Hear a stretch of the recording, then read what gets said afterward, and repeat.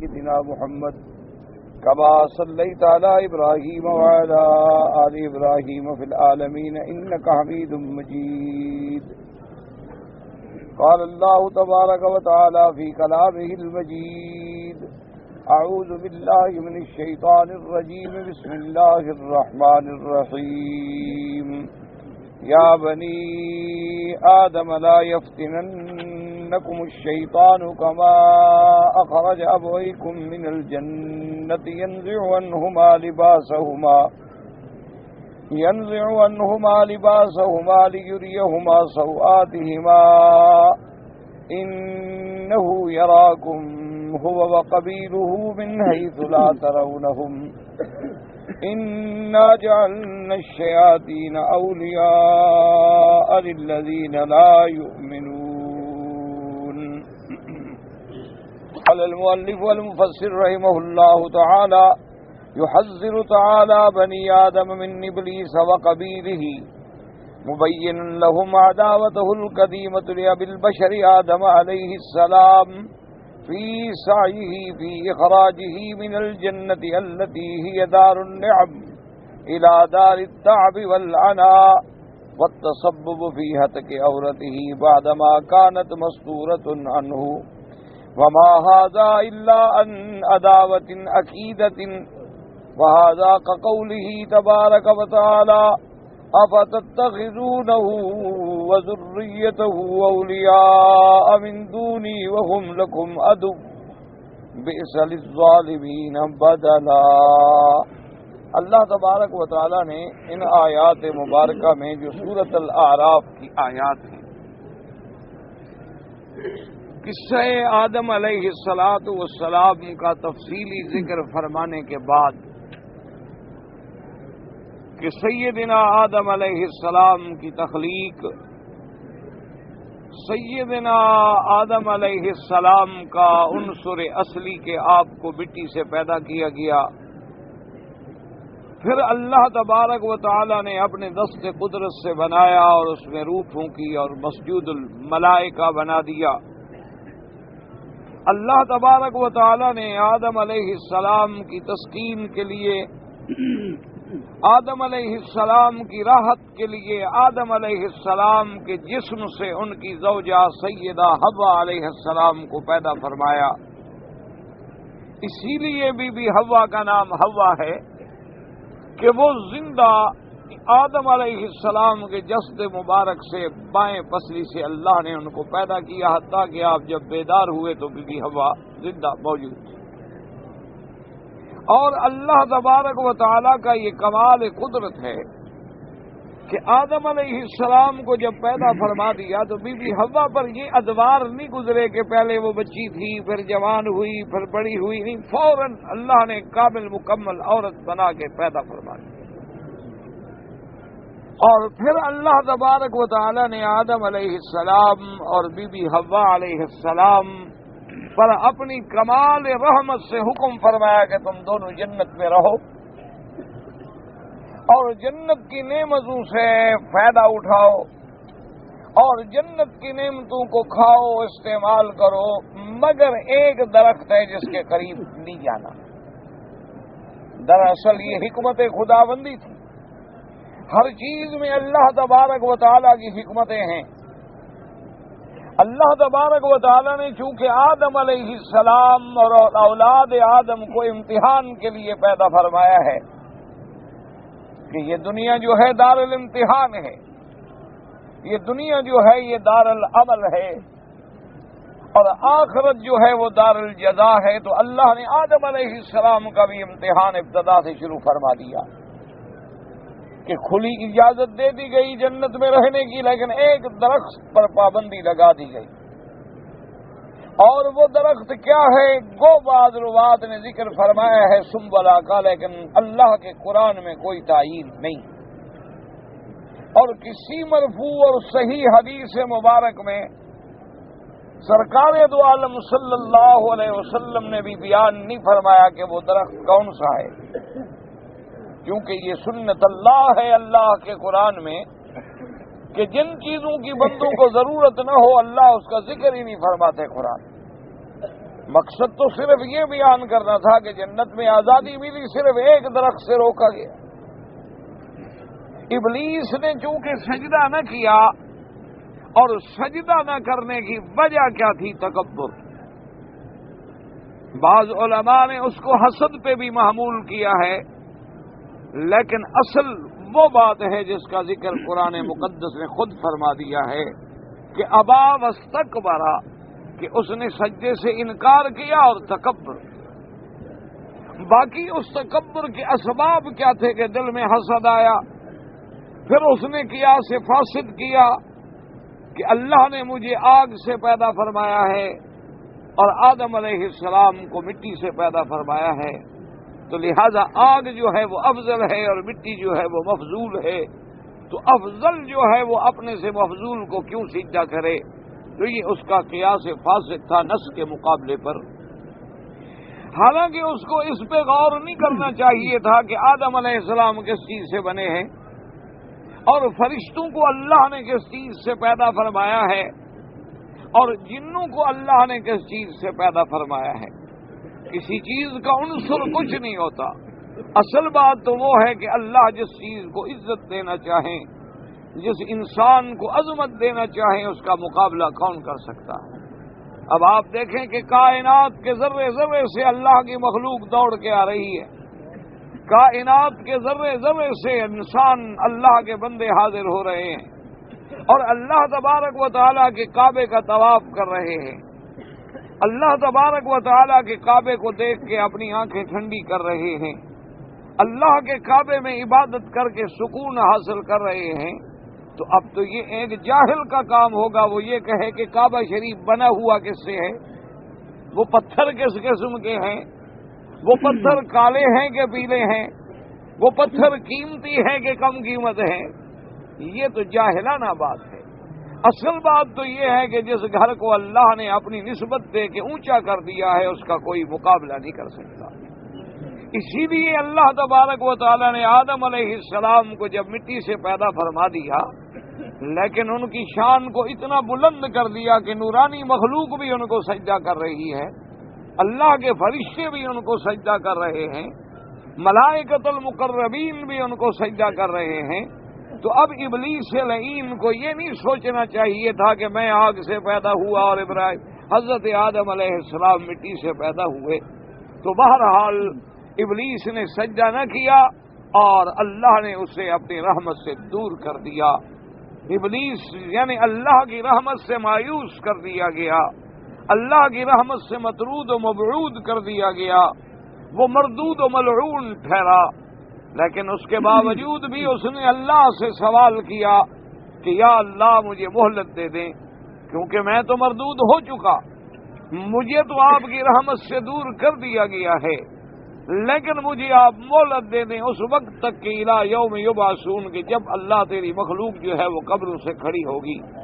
کیونکہ وہ فرشتوں کے ساتھ رہتا تھا، ملائے اعلیٰ میں رہتا تھا، اس لیے وہ سمجھتا تھا کہ ایک عالم دنیا ہے، عالم دنیا کے بعد پھر فنا ہے اور اس کے بعد پھر عالم آخرت ہے کہ جب سب لوگ جو ہیں قبروں سے کھڑے ہوں گے۔ اللہ تبارک و تعالیٰ نے اس کو مہلت دے دی۔ یہ مہلت دینا جو ہے یہ بھی اللہ کی حکمت ہے، ورنہ اللہ چاہتے تو اسی وقت شیطان کو ہلاک کر دیتے، اللہ تبارک و تعالیٰ چاہتے تو مردود ہونے کے ساتھ فنا کر دیتے، اس کا وجود بھی عالم میں نہ ہوتا۔ لیکن اگر ابلیس نہ ہو، اگر باطل نہ ہو تو پھر حق کی کوئی قیمت نہیں ہوتی۔ اسی طرح ہمیشہ دنیا میں یہ قاعدہ ہے کہ الاشیاء تتباین بالازداد، کہ ہر چیز جو ہے وہ اپنی ضد سے پہچانی جاتی ہے۔ اگر رات نہ ہو تو پھر دن کی کوئی قیمت نہیں ہوتی، اگر دن نہ ہو تو پھر رات کے اندھیرے کی کوئی قیمت نہیں ہوتی۔ اسی طرح اگر کذب نہ ہو تو پھر صدق کی کوئی قیمت نہیں ہوتی۔ یہ اللہ تبارک و تعالیٰ کی شان ہے کہ اللہ نے پوری دنیا میں ضدین پیدا کیے ہیں۔ سیدنا ابو بکر کو صدیق کا مقام تو تب ملا کہ جب سامنے ابو جہل کا فتنہ تھا۔ اگر سارے مکے والے ماننے والے ہو جاتے تو پھر صدیق کا مقام کیسے کھلتا؟ اسی طرح حضرت بلال رضی اللہ تعالی عنہ کو عظمت ملی۔ تو اس لیے ہمیشہ یاد رکھیں کہ اسلام کی آزمائش تب ہوگی کہ اس کے مقابلے پہ کفر ہے، صدق کی آزمائش تب ہوگی کہ اس کے مقابلے پہ کذب ہے، حق کی آزمائش تب ہوگی کہ اس کے مقابلے پہ باطل ہے۔ اسی لیے اللہ تبارک و تعالیٰ نے اپنی حکمت سے اور اپنے بندوں کے امتحان کے لیے، اپنے بندوں کے اختبار کے لیے ابلیس لعین کو مہلت دے دی، لیکن الی یوم الوقت المعلوم، ایک خاص وقت تک جو اللہ تبارک و تعالیٰ کے علم میں ہے۔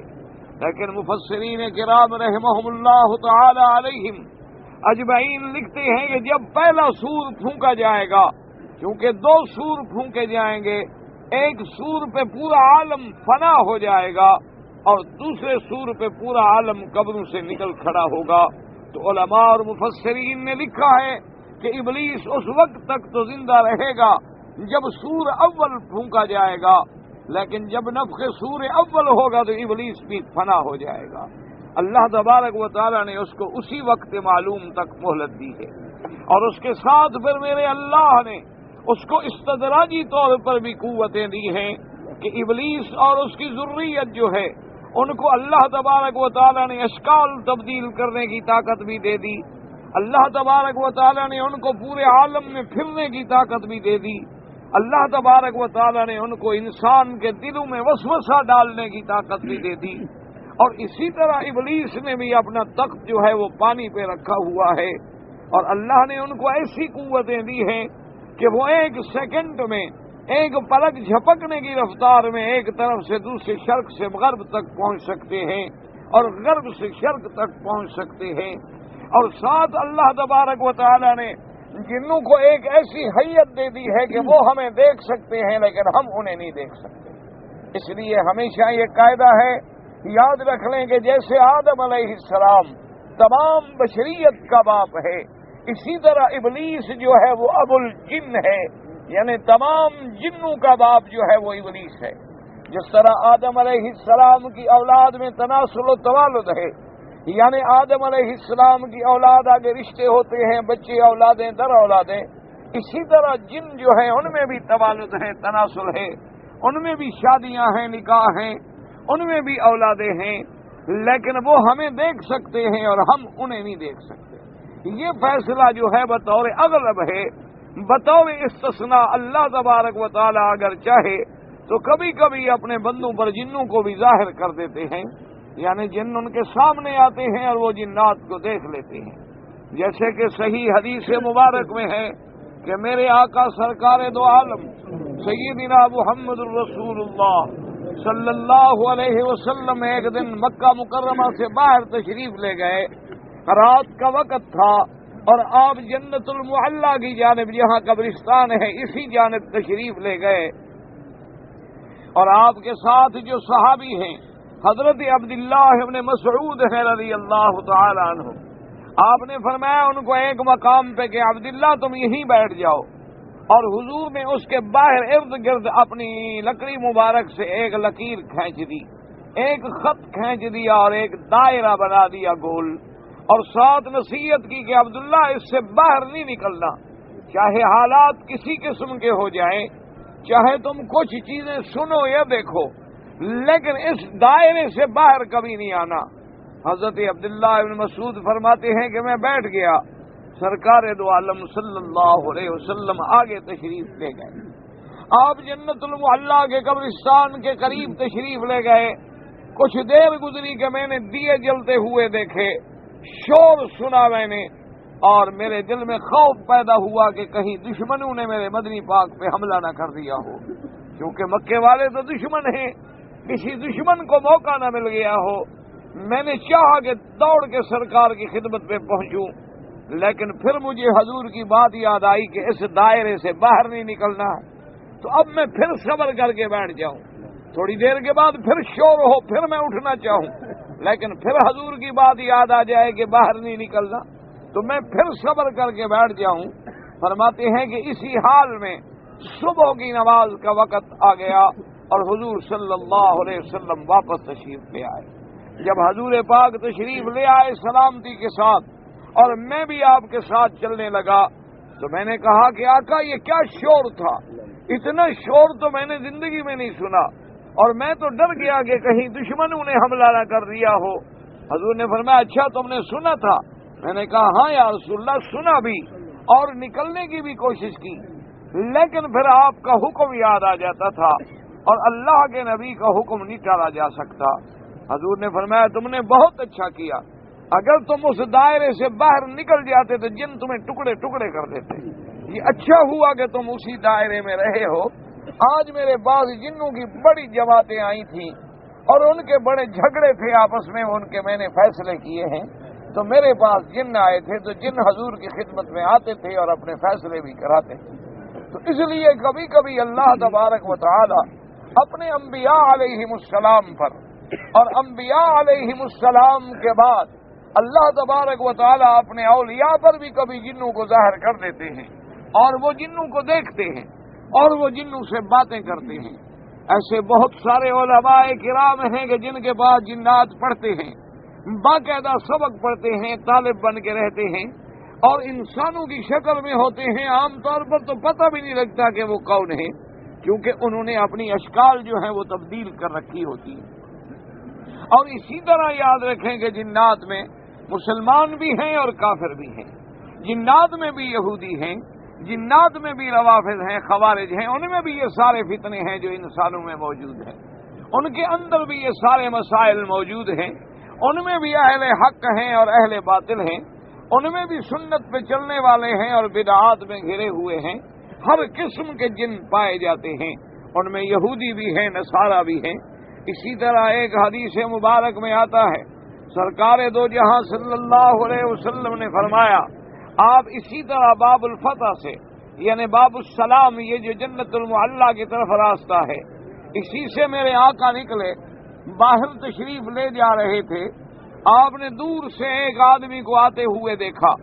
حضور پاک نے اپنے صحابہ سے فرمایا کہ مشیتہ مشیت الجن، کہ یہ آنے والا جو ہے اس کے چلنے کا انداز بتلاتا ہے کہ یہ جن ہے۔ جب وہ حضور کے قریب آیا، اس نے آ کر حضور پہ سلام کیا، حضور نے سلام کا جواب دیا۔ آپ نے فرمایا تم کون ہو؟ جن ہو؟ اس نے کہا ہاں یا رسول اللہ میں جن ہوں، اور میں آپ کی خدمت میں حاضر ہوا ہوں اسلام لانے کے لیے، مہربانی فرما کے مجھے کلمہ بھی پڑھا دیں اور مجھے قرآن بھی سنائیں۔ حضور پاک نے اس کو کلمہ پڑھایا اور اس نے قرآن پاک جب سنا تو کہا کہ یا رسول اللہ نے مجھے اتنی بڑی عمر دی ہے کہ میں نے حضرت موسیٰ کی زبان سے تورات سنی ہے اور اس وقت سے میں زندہ ہوں اور آج آپ کا قرآن سن رہا ہوں۔ اسی طرح اللہ کے قرآن میں یہ ذکر ہے کہ میرے آقا سرکار دو عالم، سرکار دو جہاں رحمت للعالمین صلی اللہ علیہ وسلم مکہ اور طائف کے درمیان میں آپ نماز پڑھ رہے تھے کہ جنوں کا ایک وفد گزرا، انہوں نے اللہ کا قرآن سنا۔ اس لیے میرے کہنے کا مقصد یہ تھا کہ جن ہمیں نظر نہیں آتے، معنی یہ ہے کہ اغلب و اکثر ہمیں نظر نہیں آتے، لیکن اللہ تبارک و تعالیٰ کبھی کبھی دکھلا بھی دیتے۔ حضرت سلیمان علیہ السلام کے تابع تھے جنات، اور جنوں کو بھی اللہ نے بڑی قوت دی ہے، بڑی طاقت دی ہے ان کو، جیسے کہ قرآن پاک میں ذکر موجود ہے کہ جب حضرت سلیمان علیہ السلام نے چاہا کہ ملکہ یمن کا ملکہ صنعاء کا تخت جو ہے وہ منگوایا جائے، قال عفریت من الجن ان آتیک بہ قبل ان تقوم من مقامک، تو عفریت مانا سرکش جن جو تھا، اس نے کہا کہ حضرت اگر مجھے حکم دے تو میں تھوڑی سی دیر میں وہ تخت لا سکتا ہوں۔ یعنی جنوں کے پاس اتنی قوت بھی ہوتی ہے، اتنی طاقت بھی ہوتی ہے، اور جنات کو اللہ نے اتنی قوت بھی دی تھی کہ وہ زمین سے ایک دوسرے کے اوپر سواری کرتے کرتے آسمانوں تک پہنچ جاتے تھے، اور جنوں کو اللہ نے اتنی طاقت بھی دی تھی کہ وہ آسمانوں کے نیچے خلا کے اندر اپنے اسٹیشن بنا لیتے تھے، اپنے مرکز بنا لیتے تھے، اپنے بیٹھنے کی جگہیں بنا لیتے تھے، اور جب اللہ کے فرشتے اللہ کے احکام سنتے تھے تو وہ جنات ان کی باتیں سن کر اپنے اپنے کاہنوں کے کانوں میں ڈالتے تھے اور وہ لوگوں کو گمراہ کرتے تھے۔ تو اس لیے بہرحال اللہ تبارک و تعالی نے اس سورت مبارک میں قصہ آدم علیہ السلام کا ذکر کیا اور اس کے بعد ابلیس کا ذکر کیا۔ ابلیس نے آدم علیہ السلام کو وسوسہ ڈالا۔ اب اس میں اختلاف ہے کہ وہ وسوسہ کیسے ڈالا گیا۔ تو بہرحال قرآن جب یہ کہتا ہے کہ وسوسہ ڈالا تو اللہ تبارک و تعالیٰ نے جب ان کو یہ قوت دی ہے کہ وہ آسمانوں کی باتیں سن لیں تو وہ دور سے بھی حضرت آدم علیہ السلام سے مخاطب ہو سکتے ہیں. اور یہ بھی قرآن کہتا ہے کہ اس نے قسمیں کھائیں اور بڑا یقین دلایا کہ مجھے اللہ کی قسم ہے میں آپ کو دھوکہ نہیں دے رہا، بلکہ اگر آپ نے اس درخت سے کھا لیا تو آپ کو اللہ تبارک و تعالی ہمیشہ کے لیے خلود و دوام جنت کا نصیب کر دیں گے. تو آدم علیہ السلام اس کی باتوں میں آ گئے اور بی بی حوا سب سے پہلے ان کی باتوں میں آئیں اور بی بی حوا نے پھر حضرت آدم علیہ السلام کو حکم دیا. تو جب حضرت آدم علیہ السلام نے اور بی بی حوا علیہ السلام نے اس درخت سے اس کے پھل کو چکھا تو سب سے پہلی جو سزا جاری ہوئی وہ یہ تھا کہ آپ کے کپڑے اتر گئے. یعنی اللہ نے جو لباس عزت دیا تھا، اللہ نے جو لباس شرف دیا تھا، اللہ نے جو آدم و حوا کو عظمت دی تھی وہ لباس اتر گیا اور لگے دوڑنے پتوں کو پکڑ کے بدن ڈھانپنے کے لیے. تو اس لیے علماء نے فرمایا ہے کہ اسی آیات مبارک میں اللہ فرماتے ہیں کہ یا بنی آدم، اے آدم کے بیٹو، لا یفتننکم الشیطان، تمہیں شیطان کسی فتنے میں نہ ڈال دے. جیسے تمہارے ماں باپ کو یعنی آدم و حوا کو اس نے جنت سے نکالا، جیسے ان کا لباس اتروایا، اسی طرح وہ تمہیں بھی فتنوں میں مبتلا کر دے گا. تو مفسرین کرام نے لکھا ہے کہ شیطان کا پہلا حملہ یہ ہوتا ہے کہ انسان کا لباس اتر جائے. جب لباس اتر جاتا ہے تو انسان ننگا ہو جاتا ہے، اور جب آدمی ننگا ہو جائے تو اس کی کوئی قیمت نہیں ہوتی، اس کی کوئی عظمت نہیں ہوتی. اسی لیے جیسے آدم و حوا پہ اس نے حملہ کیا تھا، آج ہزاروں سال کے بعد پورے عالم پہ نظر ڈالیں، آج بھی ابلیس کا وہی حملہ ہے کہ سب سے پہلے اس نے ہماری بچیوں کو، ہماری بیٹیوں کو، ہماری بہنوں کو لباس اتار کے بازاروں میں کھڑا کر دیا ہے. وہ عورت جس کو اللہ نے ماں بنایا تھا، وہ عورت جس کو اللہ نے بیٹی بنایا تھا، وہ عورت اللہ نے جس کو بہن بنایا تھا، وہ عورت اللہ نے جس کو عزت دی تھی، وہ عورت اللہ نے جس کو انبیاء کی ماں کا درجہ دیا، وہ عورت جو سیدہ فاطمہ الزہرا بنی، وہ عورت جو سیدہ عائشہ کہلائی، وہ عورت جو سیدہ مریم بنی، وہ عورت جو سیدہ آسیہ بنی. لیکن آج ان کی بیٹیاں، آج ان کی نام لینے والی عورتیں جو ہیں وہ ایک چلتی پھرتی زندہ بدبودار لاشیں ہیں جو بازار میں پھر رہی ہیں. بازار میں ان کی عزت ختم ہو گئی. آج 2 پیسے کی سگریٹ نہیں مل سکتی جب تک کہ عورت کا فوٹو نہ لگایا جائے.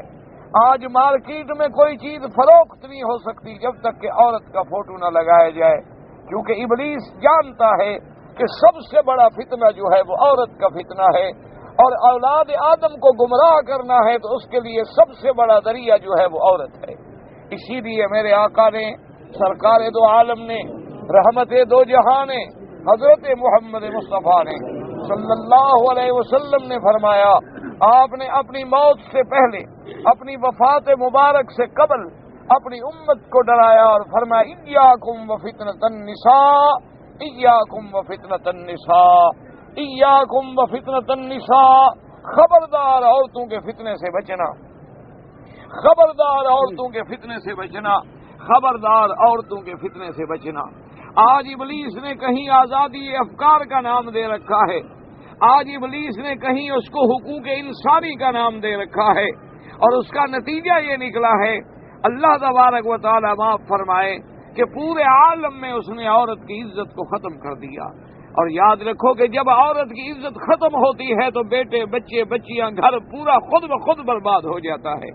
کیونکہ اگر گھر میں عورت کی اصلاح ہے، اگر گھر میں عورت صحیح معنی میں عورت ہے تو اس کی اولاد بھی آگے صحیح ہوگی، اس کی تربیت بھی صحیح ہوگی. کیونکہ والد اتنی تربیت نہیں کر سکتا جتنی ماں کی گود میں تربیت ہوتی ہے. تو بہرحال اللہ تبارک و تعالی نے اپنے بندوں کو ڈرایا کہ خبردار، شیطان تمہارا کھلا دشمن ہے، اور کہیں ایسے نہ ہو جائے کہ تم سے بھی وہی انتقام لے جو اس نے آدم و حوا علیہم السلام سے لیا تھا. اور ان کا سب سے بڑا انتقام کیا تھا کہ ینزع عنہما لباسہما لیریہما سوآتہما. سوآتہما، سوآ کے معنی مراد ہوتا ہے شرم گاہیں. انہ یراکم ہو وقبیلہ، یعنی وہ اور اس کا جتھا، وہ اور اس کی جماعت جو ہے تمہیں دیکھتے ہیں لیکن تم ان کو نہیں دیکھ سکتے ہو۔ اسی لیے علماء نے لکھا ہے کہ جو دشمن نظر نہ آئے وہ بڑا خطرناک ہوتا ہے، اس سے بڑا بہادر بندہ بھی نہیں بچ سکتا۔ آپ نے دیکھا ہے نا جی، بڑا بہادر ہو لیکن ایک بچہ بھی دروازے کی اوٹ میں چھپ کے کھڑا ہو جائے اور وہ جب گزرے تو صرف لکڑی ایسے کر دے تو وہ گر جائے گا۔ تو اس لیے جو دشمن ہمیں نظر نہیں آتا ہے تو اس کا حملہ بھی بڑا خطرناک ہوتا ہے۔ تو اس سے بچنے کا کیا علاج ہے کہ بندہ اپنے آپ کو اللہ کی پناہ میں لے آئے، اس ذات قدوس کی پناہ میں لے آئے جس کو جن بھی نہیں دیکھ سکتے، جس کو انسان بھی نہیں دیکھ سکتے۔ تو علاج کیا ہے کہ اعوذ باللہ من الشیطان الرجیم، بسم اللہ الرحمن الرحیم۔ اور اسی طرح علماء نے لکھا ہے کہ جن لوگوں کو شیطان کے حملے کا ڈر ہوتا ہے یا جن لوگوں کو سحر کا اور جادو کا اور جنات کا ڈر ہوتا ہے، ان کے لیے سب سے بہتر وظیفہ جو ہے وہ یہ ہے کہ صبح اور شام بسم اللہ پڑھ کے پہلے درود شریف پڑھیں، درود شریف پڑھنے کے بعد سورت فاتحہ، اور سورت فاتحہ پڑھنے کے بعد آیت الکرسی، اور آیت الکرسی پڑھنے کے بعد 4 کل، یعنی قل یا ایھا الکافرون، اسی طرح قل ھو اللہ احد، قل اعوذ برب الفلق، اور قل اعوذ برب الناس، اور سارے بدن پہ پھونک دیں اور پھیر دیں تو اللہ ان کے شیاطین کے شر سے محفوظ رکھتے ہیں صبح شام پابندی کے ساتھ۔ اور اسی طرح جس گھر میں سورت بقرہ پڑھی جائے وہاں بھی شیطان اور جنات کے حملے جو ہیں وہ کم ہو جاتے ہیں۔ تو سب سے بڑا علاج اللہ نے یہ بتلایا، اپنے بندوں کو ڈرایا کہ خبردار شیطان کے وسوسے سے بچ جاؤ اور شیطان کے حملے سے بچ جاؤ۔ اور ساتھ اللہ نے یہ بھی فرما دیا ہے کہ انا جعلنا الشیاطین اولیاء للذین لا یؤمنون، کہ شیطان دوست ہیں، شیطان جو ہے لیکن ان لوگوں کے دوست ہیں جو مجھ پر ایمان نہیں لاتے۔ جو اللہ پر ایمان لانے والے ہیں وہ کبھی شیطان کے دوست نہیں بن سکتے، کیونکہ ان کے اور شیطان کے درمیان میں عداوت ہے۔ اور اسی طرح وہ بندے جو اللہ کے مقرب ہیں، جن کی زبانوں پہ اللہ کا ذکر ہے، ان پر بھی شیطان کے حملے سے وہ محفوظ رہ جاتے ہیں۔ ایک یہ ہوتا ہے کہ کبھی کبھار حملہ ہو جانا، وہ تو اللہ والوں پر بھی حملہ ہو جاتا ہے۔ کبھی کبھار کسی مصیبت میں مبتلا ہو جانا، جیسے کہ سرکار دو عالم صلی اللہ علیہ وسلم پر بھی جادو کا اثر ہو گیا، حضور صلی اللہ علیہ وسلم پر بھی ایک یہودی نے جادو کر دیا۔ تو یہ ایسے واقعات ہیں کہ استثناء ہوتا ہے۔ معنی یہ ہے کہ اللہ کے بندوں پہ شیطان غلبہ نہیں پا سکتا، کہ شیطان غلبہ پا کے ان کو راہ حق سے ہٹا دے یا ان کو صراط مستقیم سے دور کر دے، ایسا نہیں ہوتا، ان کو اسلام سے ہٹا دے۔ اور اسی طرح یہ بھی اللہ کا نظام ہے کہ ہر بندے کے ساتھ اللہ نے ایک فرشتہ رکھا ہے اور ہر بندے کے ساتھ ایک شیطان ہے۔ جو برے خیالات ڈالتا ہے وہ قرین ہے، وہ شیطان ہے، اور جو بندے کے دل میں اچھے خیالات ڈالتا ہے وہ ملہم فرشتہ ہے اللہ تعالی کی طرف سے۔ ایک دن صحابہ نے بڑی عجیب بات پوچھی، انہوں نے کہا کہ یا رسول اللہ صلی اللہ علیہ وسلم، اگر ہر بندے کے ساتھ شیطان قرین لگا ہوا ہے تو کیا آپ کے ساتھ بھی ہے؟ آپ نے فرمایا کہ ہاں میرے ساتھ تو ہے، ولکنہ اسلم، لیکن وہ بھی مسلمان ہو گیا، یعنی اللہ نے اس کو ختم کر دیا، وہ بھی میرے تابع ہو گیا، مجھے غلط راستہ نہیں دکھا سکتا۔ اللہ کے نبی معصوم ہوتے ہیں اور وہ اللہ کی حفاظت میں ہوتے ہیں، اللہ تبارک و تعالیٰ کی نگرانی میں ہوتے ہیں، اللہ تبارک و تعالیٰ ان کی خود حفاظت فرماتے ہیں۔ اور اسی طرح جو اللہ کے بندے ہیں ان کے بارے میں بھی اللہ نے قرآن میں فرما دیا، ان عبادی لیس لک علیہم سلطان، جو میرے بندے ہیں ان پر تیرا دور نہیں چل سکتا، ان پر تیرا غلبہ نہیں چل سکتا، تو کتنا زور لگا لے، تو کتنا ان کو پریشان کرنے کی کوشش کرے۔ اور اسی طرح یہ مسئلہ بھی سمجھ لیں کہ بعض اوقات ہمارے دل میں جو وسوسے آتے ہیں، دل میں گندے گندے خیالات آتے ہیں، آپ نماز پڑھ رہے ہیں لیکن برے خیال آ رہے ہیں، آپ نماز پڑھ رہے ہیں، طواف کر رہے ہیں لیکن گندے خیالات آ رہے ہیں، تو یہ وساوس جو ہیں یہ اللہ نے اپنے بندوں کو معاف کر دیے ہیں، ان پر کسی قسم کا مواخذہ نہیں ہوتا، ان پر کسی قسم کی پکڑ نہیں ہوتی۔ یہ اللہ کا اتنا بڑا کرم ہے کہ صحیح حدیث میں آتا ہے، اللہ فرماتے ہیں کہ میرا بندہ جب نیکی کرنے کا ارادہ کر لے، اللہ حکم دیتے ہیں فرشتوں کو کہ میرے بندے کی نیکی لکھ دو، وہ کہتے ہیں اللہ میاں نیکی کی تو نہیں ہے، اللہ فرماتے ہیں ارادہ تو کیا ہے، نہ لکھ دو۔ اور اسی طرح اگر کوئی بندہ برائی کا ارادہ کر لے لیکن اللہ فرماتے ہیں یہ لکھو نہیں، اور وہ برائی چھوڑ دے، اللہ فرماتے ہیں وہ بھی نیکی لکھ دو، کہ مجھ سے ڈر گیا تو برائی چھوڑ دی۔ اسی طرح اللہ تبارک و تعالی جب تک کوئی بندہ کسی عزم بالجزم کے ساتھ برائی پہ عمل نہیں کرتا، حتیٰ کہ یہ بھی روایتوں میں آتا ہے کہ کرامن کاتبین یعلمون ما تفعلون، اللہ نے دائیں اور بائیں جو فرشتے رکھے ہیں، دائیں والا ہمارے اعمال صالحہ لکھتا ہے اور بائیں والا جو ہے وہ برے عمل لکھتا ہے، لیکن جب ہم گناہ کرتے ہیں تو دائیں والا بائیں کو کہتا ہے بھی ذرا ٹھہر جاؤ، اس کا گناہ نہ لکھو۔ وہ کہتا ہے اس نے گناہ کیا، کہتا ہے ٹھہر جاؤ پتہ نہیں توبہ کر لے، تو ساتھ توبہ بھی لکھ دینا، اللہ شاید راضی ہو کے معاف کر دے۔ اس لیے اللہ تبارک و تعالی آپ کو بھی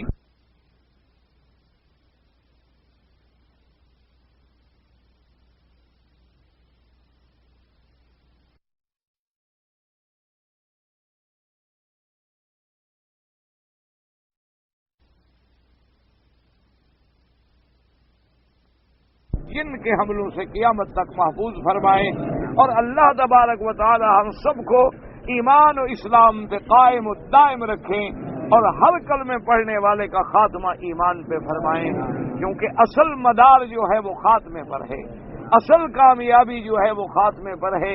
ساری زندگی آدمی جنت والوں کے کام کرتا ہے، لیکن آخری عمر میں کوئی ایسی غلطی ہو جاتی ہے کہ جہنم میں گر جاتا ہے، اور ساری زندگی بندہ جہنم کے کام کرتا ہے، لیکن آخری وقت میں اللہ راضی ہو جاتا ہے، کوئی ایسا کام کرتا ہے کہ وہ جنت میں چلا جاتا ہے۔ تو اس لیے دعا کریں کہ اللہ تبارک و تعالی ہمیں آخری زندگی کے دن جو ہے وہ جنت والے بنا دے، اور خاتمہ جو ہے وہ ہر مسلمان کا خیر کر دے۔ اسی لیے حضور پاک نے دعا سکھلائی ہے کہ اللہم اجعل خیر ایامی آخرہا، کہ یا اللہ میرے سب سے اچھے دن وہ ہوں جو میرے آخری دن۔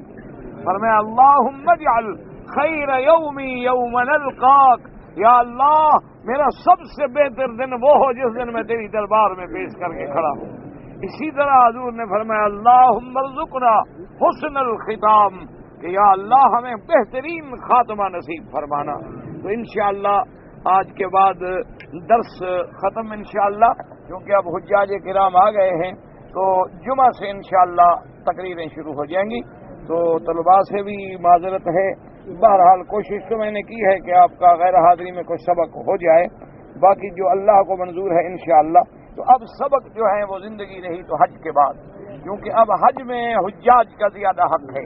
طالب تو سارا سال الحمدللہ پڑھتے ہیں، وہ تو سارا سال استفادہ کرتے ہیں، تو انشاءاللہ کل تو جمعرات ہے، کل جمعرات میں درس نہیں رہتا، جمعہ کے دن سے انشاءاللہ آپ دعا کریں کہ اللہ صحت عافیت دے، ہمت و قوت دے کہ ہم صحیح معنوں میں اللہ کے مہمانوں کی خدمت کر سکیں، اللہ کے مہمانوں کو دین کی رہنمائی کر سکیں، اللہ کے مہمانوں کو حج کے مسائل، عقیدے کے مسائل، اعمال کے مسائل، کیونکہ اگر کسی ایک حاجی کو بھی ہدایت مل گئی تو ہماری بھی جنت بن جائے گی۔ اس لیے خصوصی آپ بھی دعا کریں گے، اور اللہ تبارک و تعالیٰ اپنی رحمت سے ہمت و قوت دیں گے انشاءاللہ۔ کسی بھائی نے پوچھا ہے کہ قیامت کا دن جو ہے میدان محشر جو ہے، یعنی جس میدان میں ہم سب کھڑے ہوں گے، تو وہ میدان عرفات ہوگا؟ بالکل نہیں، یہ غلط بات ہے، لوگوں نے روایت مشہور کر رکھا ہے۔ اصل میدان محشر جو ہے وہ شام ہوگا، بیت المقدس، وہاں پر میدان حشر ہوگا۔ عرفات جو ہے وہ میدان حشر نہیں ہوگا، ایک بات یاد رکھیں۔ بعض کتابوں میں اصل میں یہ آتا ہے کہ میدان عرفات بھی گویا حشر کا نمونہ ہے، تو لوگوں نے سمجھ لیا کہ یہ مقام حشر ہے۔ مقام حشر نہیں، بلکہ یوم محشر کا ایک نمونہ ہے کہ اس دن جیسے قبروں میں سب کھڑے ہوں گے، اسی طرح عرفات میں دیکھو سب کھڑے ہیں، ایک ہی لباس ہے، سب پر احرام ہے، سب کی زبانوں پہ لبیک اللہم لبیک کا شور ہے، سب ریت پہ کھڑے ہیں، بڑا ہے چھوٹا ہے سب ایک حالت میں ہیں، ہر آدمی اپنے اپنے گناہوں کو سوچ کے اللہ کے آگے رو رہا ہے، تو گویا ایک محشر کا منظر ہے۔ ورنہ میدان محشر جو ہے وہ شام ہوگا، کیونکہ صحیح حدیث میں آتا ہے کہ میرے آقا نے فرمایا کہ سب سے پہلے میں اپنی قبر مبارک سے اٹھوں گا اور اس کے بعد جنت البقیع الغرقد پہ جاؤں گا اور پھر مکے والے آئیں گے، ان کو ساتھ لے کر پھر میں شام کی طرف چلوں گا۔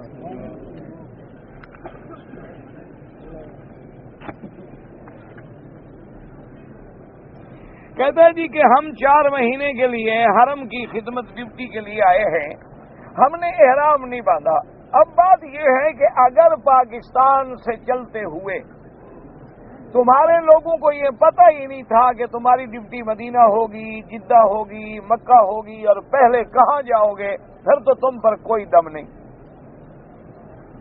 اور اگر تم کو 100% یقین تھا کہ ہم نے مکہ ہی جانا ہے پہلے، بعد میں جو ڈیوٹی ہوگی تو پھر آپ کو احرام باندھ کے آنا تھا۔ آپ میقات سے بغیر احرام کے گزرے ہیں تو آپ کو دم دینی پڑے گی۔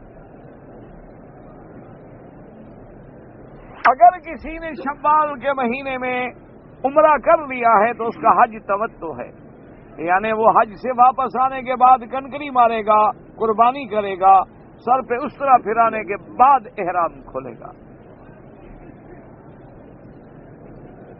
اور جن لوگوں نے مدینہ منورہ سے احرام نہیں باندھا، عمرہ نہیں کیا، ان کا مفرد ہے۔ جی کہ میں ایک مسجد میں اذان کہتا ہوں، لیکن امام جو ہے وہ داڑھی کٹاتا ہے، منڈاتا ہے، اس کے پیچھے نماز بلا کراہت نہیں ہے، بلکہ نماز نہیں پڑھنی چاہیے، کیونکہ ایک ہے نماز کا ہو جانا، ہو تو جائے گی، لیکن جو امام کے لیے شرطیں حضور نے فرمائی ہیں کہ فَلْيَؤُمُّكُمْ أَعْلَمُكُمْ، یعنی بِكِتَابِ اللَّهِ، تو جو اللہ کی کتاب اور سنت کا علم رکھے گا وہ داڑھی کیسے منڈائے گا؟ داڑھی منڈانا جو ہے یہ تو گناہ کبیرہ ہے اور آدمی فاسق ہو جاتا ہے۔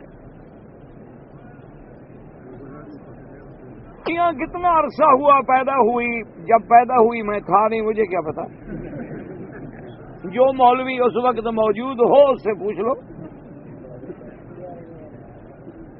دنیا میں اللہ نے کتنی چیزیں غائب میں رکھا ہے اللہ کو پتا، جب ہے غائب تو مجھے کیا پتا نہیں، جب چیزیں اللہ نے غائب میں رکھا ہے تو غائب کا ہمیں کیا پتا۔ عجیب آدمی ہے بھائی۔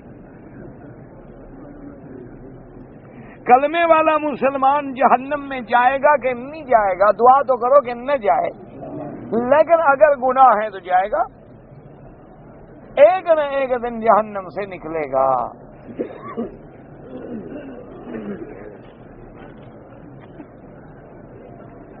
شریف میں جو جنازہ پڑھتے ہیں، حالانکہ ہمارے ملک میں مسجدوں میں نہیں پڑھا جاتا، تو یہاں تو پورا مکہ جو ہے وہ مسجد الحرام ہے، تو کہاں لے جائیں؟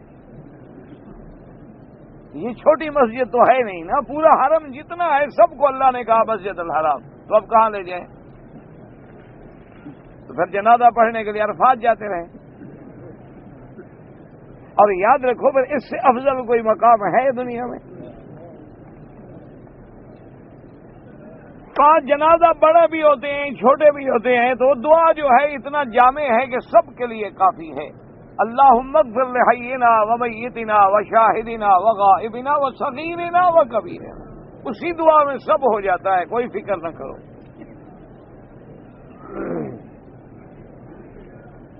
اور جب جنازے کا اعلان ہوتا ہے تو ہمیں سمجھ نہیں آتا، تو اب یہ تو میرا بھائی ہو نہیں سکتا کہ ایک دفعہ عربی میں کریں، پھر اردو میں کریں، پھر انگریزی میں کریں، پھر پشتو میں کریں، پھر ہندی میں کریں، پھر بنگالی میں کریں، اعلان ہی کرتے رہیں، جنازہ دوسرے دن پڑھیں گے۔ تو اس سے بہتر نہیں کہ تم 2 لفظ سیکھ جاؤ گے یہ بڑے کا ہے یا چھوٹے کا ہے، اور اگر نہ بھی سیکھو، جو امام کی نیت ہے وہی ہماری نیت ہے، بات ختم ہو گئی۔ پھر نماز، عصر نماز کے بعد جنازہ پڑھنا احناف کے نزدیک منع ہے، لیکن حنابلہ کے نزدیک جائز ہے، اور حرم میں وہ کہتے ہیں کہ ہر وقت ضرورت کی نماز جائز ہے۔ جی جنازے میں یہاں پر بڑی دعا پڑھتے ہیں، تو جن کو آتی ہے وہ بڑی دعا پڑھتے ہیں، جن کو نہیں آتی وہ چھوٹی پڑھتے ہیں۔ تمہیں جتنی آتی ہے اسی کو بار بار پڑھتے رہو، کوئی فرق نہیں پڑتا۔ وہی اللہم اغفر لحینا، اسی کو 2 دفعہ پڑھ لو، 3 دفعہ پڑھ لو، 4 دفعہ پڑھ لو، 10 دفعہ پڑھ لو۔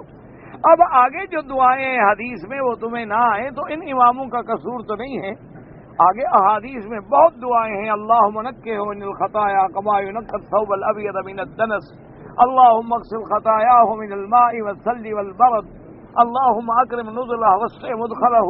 تو بہت دعائیں ہیں، تو ان کو تو آتی ہیں الحمدللہ، وہ ساری پڑھتے ہیں. طواف جس کے لیے آپ چاہیں، بہتر یہ ہوتا ہے کہ خود کریں، ان کے لیے دعا کر دیں تاکہ کسی جھگڑے میں نہ پڑیں. طواف زیارت میں ہم رمل کریں گے؟ بالکل نہیں کریں گے، چونکہ وہ تو ہم نے کپڑے پہن لیے، احرام ہی نہیں ہوگا. احرام تو ہمارا مینا میں کھل گیا. جب احرام نہیں ہوگا تو نہ رمل ہوگا نہ کندھا نکالیں گے. طواف زیارت تو کپڑے پہن کے کریں گے. رمل تب ہوتا ہے جب احرام ہو. 12 تاریخ کو عورتیں جو ہیں وہ ضعیف ہیں، رات کو کنکریاں مار سکتی ہیں، بالکل مار سکتی ہیں، کوئی منع نہیں ہے. طواف شروع کرنا جو ہے بالکل حجر اسود کے سامنے کھڑے ہوں اور آپ کا رخ اور سینہ کعبۃ اللہ کی طرف ہو، اور اس کے بعد بسم اللہ اللہ اکبر، یعنی دل میں یہ تصور ہے کہ گویا میں ہاتھ رکھ کے بوسہ دے رہا ہوں. چاہے نہ پہنچ سکیں وہی اشارہ کافی ہے. ایک آدمی نے صفا مروہ تو دوڑا لیکن ایک چکر بھول گیا تو اب پورا کر لے، بس کوئی حرج نہیں. آپ کے 7 چکر ہیں، موقع ملے تو بوسہ دینا، موقع ملے تو بوسہ دینا سنت ہے، نہ ملے تو کوئی حرج نہیں، اشارہ بھی کافی ہے. اس کلو پانی میں ہاتھ ناپاک ڈال دیا، احناف کے نزدیک تو پلیت ہو جاتا ہے. اگر باپ بڑھاپے کی وجہ سے کمزور ہو جائے تو زیر ناف بال جو ہیں اولاد کو نہیں دیکھنا چاہیے، ننگ دیکھنا حرام ہے، الا کوئی عذر ہے، معذوری ہے، بیماری ہے، مجبوری ہے، ورنہ یہ چیزیں تو اب دواؤں سے بھی ازالہ کیا جا سکتا ہے، دیکھنے کی ضرورت ہی نہیں پڑتی. عمرے کے لیے آیا ہوں، مجھ پر دم پڑ گیا ہے، دم کی طاقت نہیں ہے، تو جب اللہ توفیق دے کہ بکری کر دینا یا 10 روزے رکھ لو اگر پیسے نہیں ہیں. سرکار دو جہاں کے والدین جو تھے وہ اسلام لائے کہ نہیں لے آئے؟ حضور کے زمانے میں تو وہ موجود ہی نہیں تھے، وہ تو پہلے فوت ہو گئے. ابھی حضور کو نبوت ہی نہیں ملی. حضور کو نبوت ملی 40 سال میں، والد پیدا ہونے سے پہلے فوت ہو گئے اور والدہ آپ کی 7 سال کی عمر میں فوت ہو گئی. حاجی کے پاس 300 ریال تو ہیں، اس کو زکوٰۃ ہم دے سکتے ہیں، 300 ریال سے کیا ہو جاتا ہے؟ اگر کسی آدمی کی ہوا جو ہے وہ خارج ہوتی رہتی ہے اور ہوا رکتی نہیں ہے تو وہ کیا کرے؟ ہر نماز کا وقت جب داخل ہو تو نیا وضو کرے اور پھر نماز پڑھتا رہے. وہ مجبور ہے، کیا کرے، اس کے بس میں کوئی نہیں. امرت اللہ بنقیض قصدہ ہی، پتہ نہیں، مجھے تو سمجھ نہیں آیا کیا لکھا ہے آپ نے. بہرحال معنی یہ ہے کہ آدم علیہ السلام نے دعا مانگی، اللہ کی طرف توبہ کی اور رجوع کیا تو اللہ نے ان کی توبہ قبول کر لی. ابلیس نے اپنی مہلت کی دعا مانگی، اس کو وہ مہلت مل گئی، تو وہ معاملہ کیا گیا جو جس کا قصد تھا. اللہ عالم، مجھے پوری سمجھ نہیں آئی تمہاری عبارت. ایک کتاب میں نے دیکھا ہے، کسی قاری صاحب نے لکھا ہے کہ طواف ختم ہونے کے بعد نواں بوسہ جو ہے نہ بھولنا. طواف جب شروع کریں گے تو کیا بسم اللہ لگی تو ایک یہ ہو گیا، جب ختم کریں گے تو کتنے ہو جائیں گے؟ 8 ہو جائیں گے. اب یہ ہے کہ آپ نے طواف کے بعد 2 رکعت پڑھنی ہے. 2 رکعت پڑھ کے صفا مروہ کے لیے جب جانا ہے تو پھر بھی استلام کر کے جائیں، بسم اللہ اللہ اکبر، اور پھر جائیں طواف صفا کے لیے، تو وہ ہو جائے گا نامہ. اے والد جو ہیں وہ مریض ہیں اور سفر کے قابل نہیں ہیں، تو میں ان کا حج بدل کر سکتا ہوں؟ بالکل کر سکتے ہیں، بلکہ ضرور کریں. کہتے ہیں جی کہ جب نماز جنازہ کی صفیں ہوتی ہیں تو بعض لوگ جو ہے کعبے کی طرف امام سے آگے کھڑے ہو جاتے ہیں، ان کی نماز نہیں ہوتی. جو لوگ امام سے آگے ہو جائیں ان کی کبھی نماز نہیں ہوگی. ہر ممکن کوشش کیا کریں کہ فرض نماز ہے یا نماز جنازہ، کوئی بندہ امام سے آگے نہ ہو، امام سے پیچھے ہو۔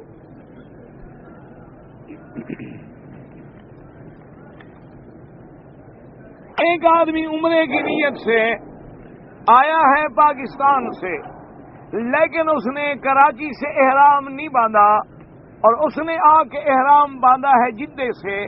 عمرہ تو اس کا ہو گیا لیکن دم پڑ گئی، کیونکہ میقات جو ہے وہ آپ کا یلملم ہے اور راستے میں گزر گیا، آپ میقات سے تجاوز کر گئے بغیر احرام کے۔ اور دوسری بات یہ بھی یاد رکھیں کہ وہ جو ثواب تھا میقات کے عمرے والا اس سے بھی محروم ہو گیا، کیونکہ جدہ جو ہے وہ ہل میں تو ہے، یعنی حد حرم کے باہر تو ہے لیکن میقات کے اندر ہے، میقات جو ہے وہ یلملم ہے۔ تو اس لیے جب عمرے کے لیے آنا ہے تو احرام اپنے جہاز کراچی سے باندھیں، یا جب سعودی عرب میں جہاز داخل ہونے لگے تو 1-1.5 گھنٹے کا سفر باقی ہو تو جہاز میں بیٹھے بیٹھے احرام باندھ لیں۔ جی پاکستان میں علامہ اقبال کو لوگ بڑا بزرگ سمجھتے ہیں، بزرگ تو ہم نے نہیں سنا، بڑا شاعر سمجھتے ہیں۔ اس کی داڑھی نہیں تھی، دعا کرو مر گیا اللہ بخش دے۔ بھئی جو مر گئے ہیں ان کے عیب کھولنے کی کیا ضرورت ہے؟ اپنے زندوں کے عیب تو دیکھو، ہم اپنے عیب تو ٹھیک کریں۔ بہرحال اس کے خدمات ہیں بیچارے کے، اللہ تبارک و تعالیٰ اس کو معافی عطا فرمائے۔ بزرگ تو اس کو کسی نے نہیں سنا، یہ تو آپ سے میں نے سنا ہے۔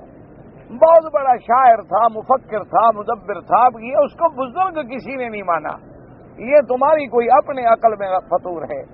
وہ ایک بہت بڑے شاعر تھے، اس نے بہت بڑی دین کی خدمت کی ہے، لوگوں کو دین کا فکر دیا، پاکستان کا فکر دیا، لیکن وہ کوئی بزرگ یا ولی اللہ آدمی تو نہیں تھا۔ وہ تو بیچارہ مرد کلندر تھا، حکا شکا پیتا تھا، داڑھی شاڑی منڈاتا تھا، اور بھی کئی مصیبتوں میں مبتلا تھا بیچارہ۔ بہرحال اب فوت ہو گیا ہے تو اس کے لیے دعا کریں کہ اللہ اس کی قبر کو جنت بنائے۔ مرنے کے بعد کسی کی کبھی برائی نہ کیا کریں۔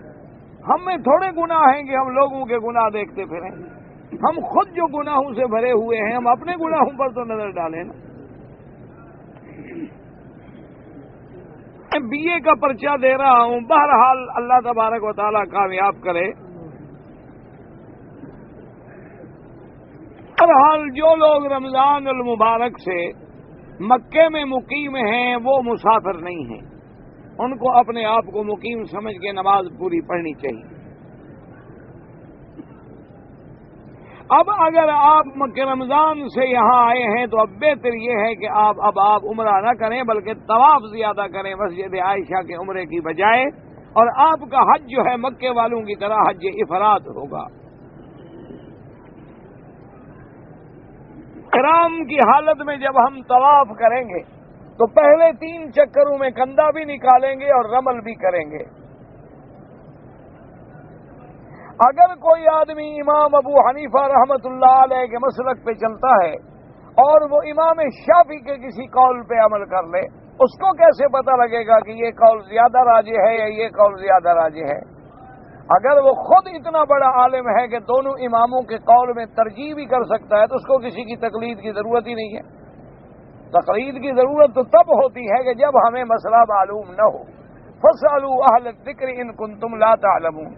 اور وہ تو اتنا اونچا ہو گیا ہے ماشاءاللہ کہ دونوں اماموں کے قول بھی سمجھتا ہے اور دونوں میں فرق ترجیح بھی معلوم کر سکتا ہے۔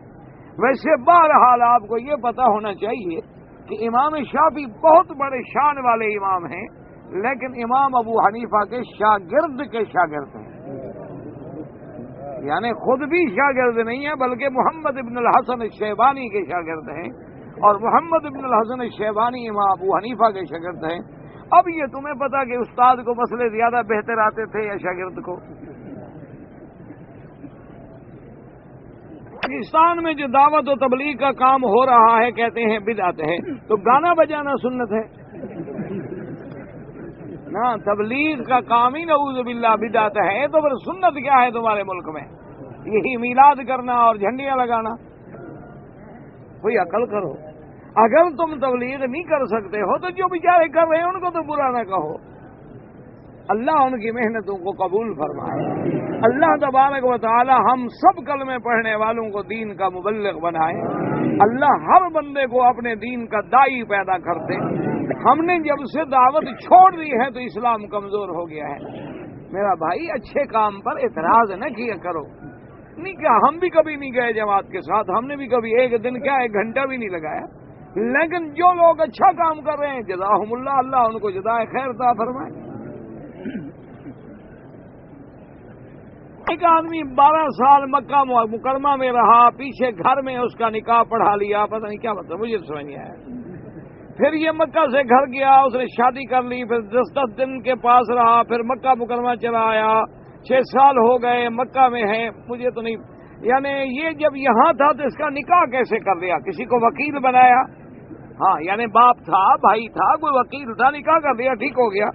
اب نکاح کر کے آ گیا تو پھر واپس نہیں جاتا اور بیوی کو خرچہ نہیں دیتا تو قیامت میں پکڑا جائے گا, کیونکہ بیوی جو ہے وہ معلق ہے, یا تو طلاق دے دے وہ بیچاری دوسری جگہ جا کے شادی کرے, یا پھر اس کے حقوق ادا کرے, ورنہ قیامت میں اس کے گناہ کا بھی یہ ذمہ دار ہوگا. ایک آدمی مدینہ منورہ گیا, واپسی پہ احرام نہیں باندھا. اگر وہ کوئی ڈیوٹی نہیں تھی, نوکری نہیں تھی, کوئی کام نہیں تھا, مقصد زیارت تھا اور عمرہ تھا, تو پھر تو اس کو دم دینی پڑے گی. اور اگر کوئی نوکری تھی, ڈیوٹی تھی, تو پھر گنجائش ہو جاتی ہے. بہرحال اگر کسی آدمی نے 6 چکر کیے ہیں طواف کے تو غلط ہے, 7 چکروں کے بغیر طواف نہیں ہوتا. لیکن جو ہو گیا کوئی حرج نہیں, اس پر کوئی جرمانہ نہیں. آئندہ احتیاط کرو, ایسے انگلیوں پہ گن لیا, ابھی اب 1 ہو گیا, پھر 2 ہو گئے, 3 ہو گیا, تاکہ آدمی بھول نہ جائے. انسان ہے, بھول جاتا ہے. اگر حجر اسود کو خوشبو لگی ہوئی ہو اور آپ احرام میں ہوں تو پھر حجر اسود کا بوسہ نہ لیں, بلکہ دور سے اشارہ کر دیں, کیونکہ آپ کو خوشبو لگ گئی تو دم دینی پڑے گی. اگر خوشبو آ رہی ہے تو ہر جگہ سے رہی ہوتی ہے, سارے کعبے کے خلاف پہ خوشبو ہوتی ہے, معنی یہ ہے کہ تمہیں لگ نہ جائے. دیکھ رہے ہو کہ خوشبو لگی ہوئی ہے تو پھر اشارہ کر لو. مدینہ شریف جانے کے لیے تو کوئی احرام نہیں, واپس آنے کے لیے احرام ہے. احرام صرف مکے کے لیے ہے. عورت اگر ماہواری کے دن آ جائیں تو طواف, مسجد میں داخل نہیں ہو سکتی, تو طواف کیسے کرے گی؟ ایک عورت جو ہے پاکستان سے آئی ہے, اس نے عمرہ نہیں کیا, اب حج کرنا چاہتی ہے. حج تو کر لے, لیکن پہلے جو عمرہ اس نے نہیں کیا, حج کے بعد عمرہ بھی قضا کرے اور دم بھی ادا کرے. نماز جنازہ کے بعد جو لوگ دعا کرتے ہیں تو نماز جنازہ کے اندر کیا کرتے ہیں؟ بد دعا کرتے ہیں. نہیں, مقصد ہے نماز جنازہ جب پڑھتے ہو وہ کیا ہے؟ اگر وہ دعا ہے اس پہ اعتبار نہیں تو بعد والی کا بھی کوئی اعتبار نہیں. اصل سنت وہ ہے جو نماز کے اندر دعا کرتے ہو, بعد والی بدعت ہے. ایک طواف شروع کیا, 2 گولیاں کھا لی, جدہ میں 1 گولی کھا لی. بھائی اگر آپ کے حیض کے دن شروع ہو گئے تھے تو گولیاں کھانے سے کچھ نہیں ہوتا. پھر آپ نے حیض کی حالت میں طواف کیا ہے, عمرہ کیا ہے, دم ادا کریں. گولیوں کا معنی یہ ہوتا ہے کہ حیض کے آنے سے 10-15 دن پہلے کھائیں تاکہ حیض نہ آئے. یہ معنی نہیں ہوتا کہ آج عورت کو حیض شروع ہو تو 2 گولیاں کھا لے, شام کو 1 گولی کھا لے, صبح کو 1 گولی کھا لے. یہ تھوڑا ہے, حیض شروع ہو گیا بس ہو گیا, اب اس کو بند نہیں کیا جا سکتا. پڑ جائیں تو میرے پاس پیسے نہیں, تو روزے رکھو, روزے کے لیے تو پیسے نہیں لگتے. اگر آپ نے عید الفطر کے دن عمرہ کیا ہے تو حج تمتع ہے. اگر آپ سے ملاقات کرنی ہو تو کیسے کریں؟ ابھی تک یہ 2 گھنٹے ہو گئے ملاقات نہیں ہو رہی, اور کوئی خاص ملاقات ہے تو عشاء کے بعد مل لیں. یہ رفع یدین کرنے والے مسئلے جو ہیں بہت سارے مولوی ہیں, ان سے پوچھ لیا کریں. شوال کے مہینے میں اگر کسی نے عمرہ کیا ہے اس کو حج کرنا ضروری ہے. اگر وہ پہلے حج کر چکا ہے کوئی ضروری نہیں. زندگی میں حج 1 دفعہ ہوتا ہے, پھر نہ کرے, کرے تو ثواب ہے, نہ کرے تو گناہ کوئی نہیں. بعض لوگ جب چھوٹا پیشاب کرتے ہیں تو ہاتھ نہیں دھوتے, تو غلط بات ہے. استنجا کریں, ہاتھ دھوئیں. اگر آدمی نے غسل کرنے کے بعد نماز پڑھ سکتا، اگر نماز غسل سے پہلے اس نے وضو کی نیت کر دی تھی، ہاتھ دھو لیا، ناک میں پانی دے دیا اور نیت تھی باقاعدہ، تو وہی کافی ہے اور وضو کی ضرورت نہیں۔ اگر اس کی وضو کی نیت نہیں، ویسے گرمی کے لیے پانی ڈال دیا تو وضو نہیں ہوتا۔ اگر میاں بیوی ایک دوسرے کا بدن دیکھیں تو جائز ہے، جائز ہے، لیکن کوئی ایسی قیمتی چیز تو نہیں کہ دیکھے بغیر گزارا نہ ہو۔ جائز ہے، تمہاری بیوی ہے، حلال ہے، دیکھتے رہو۔ اچھا جی، ہم نے پاکستان سے عمرے کا ارادہ کیا تھا، بیماری کی وجہ سے اسلام آباد پر احرام نہیں باندھا۔ جدہ ایئرپورٹ پہنچا، ایئرپورٹ پر 8 آدمیوں کی جماعت ملا، 2 آدمی تھے۔ اس نے کہا کہ آپ دونوں مدینہ شریف جاؤ، 8 دن گزارے گا، مکہ ہوں گا۔ اس کے مدینہ شریف گیا، پھر حرم شریف آیا، پہلا بس۔ تو بہرحال خلاصہ یہ ہے کہ آپ نے اسلام آباد سے احرام نہیں باندھا، جدے آ گئے، لیکن جدے سے مدینہ چلے گئے، ٹھیک ہے، کوئی حرج نہیں، کوئی جرمانہ نہیں، پھر آپ مدینے سے احرام باندھ کے آئے ہیں۔ آج میں کعبۃ اللہ پہ نظر ڈالیں، سجدے کی جگہ پہ نظر ڈالیں۔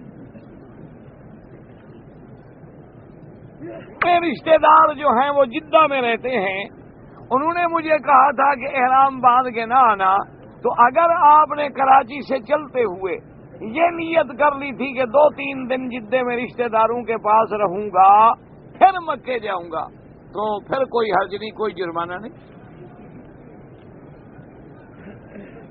عمرہ اور طواف سے جو لوگ یہاں مسجد عائشہ سے عمرہ کرتے ہیں اس سے طواف افضل ہے، طواف میں زیادہ ثواب ہے۔ ایک عمرہ ایک آدمی کے لیے کیا جاتا ہے۔ اگر میں نے طواف کے پہلے 3 چکروں میں رمل کرنا بھول گیا، کوئی حرج نہیں۔ اگر 3 چکروں کے بعد مجھے یاد آئے تو نہ کریں، اب پہلے 3 میں کرنا تھا، نہیں کیا تو نہیں کیا۔ ہر عمرے کے بعد سر پہ استرا پھروائیں، اگر استرا نہ پھروائیں اور بال بڑے بڑے ہوں تو چوتھا حصہ بالوں کا کٹ جائے سارے سر سے۔ یہ جو ٹک لگاتے ہیں تو دم پڑ جاتا ہے۔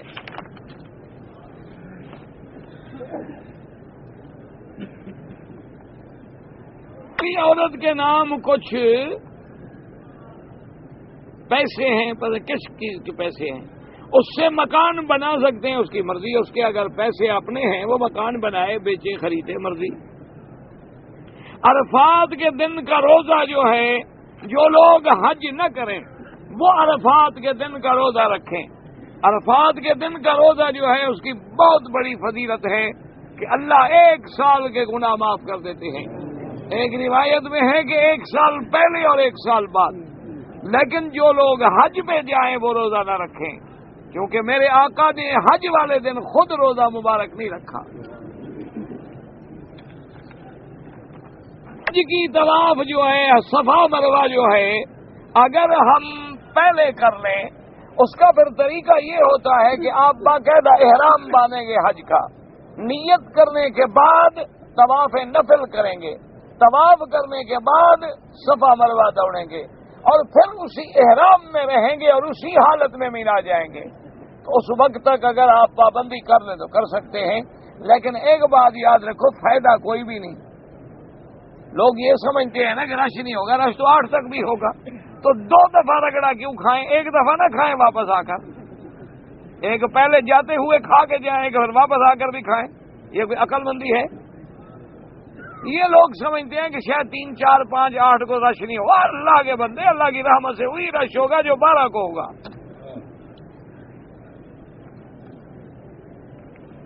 عرفات کی رات جو ہے، عرفات کی رات کا معنی یہ ہے کہ 9 کے بعد جو ہے وہ بھی عرفات کی رات ہے۔ یہ واحد دن ہے کہ رات کے تابع نہیں ہے، اس لیے عرفات کا سارا دن اور بعد والی رات جو ہے وہ حج کی رات ہے۔ اس لیے جو حضرت عبداللہ ابن مسعود کی حدیث مبارک میں حدیث دعا ہے، وہ آپ عرفات میں بھی پڑھ سکتے ہیں اور اس کے بعد جو رات ہے اس میں بھی پڑھ سکتے ہیں۔ ذی الحجہ کو دعا ہونے کی تصریح، اللہ کے بندے، یہ جو 10 دن ہیں یہ ہیں ہی رحمت کے۔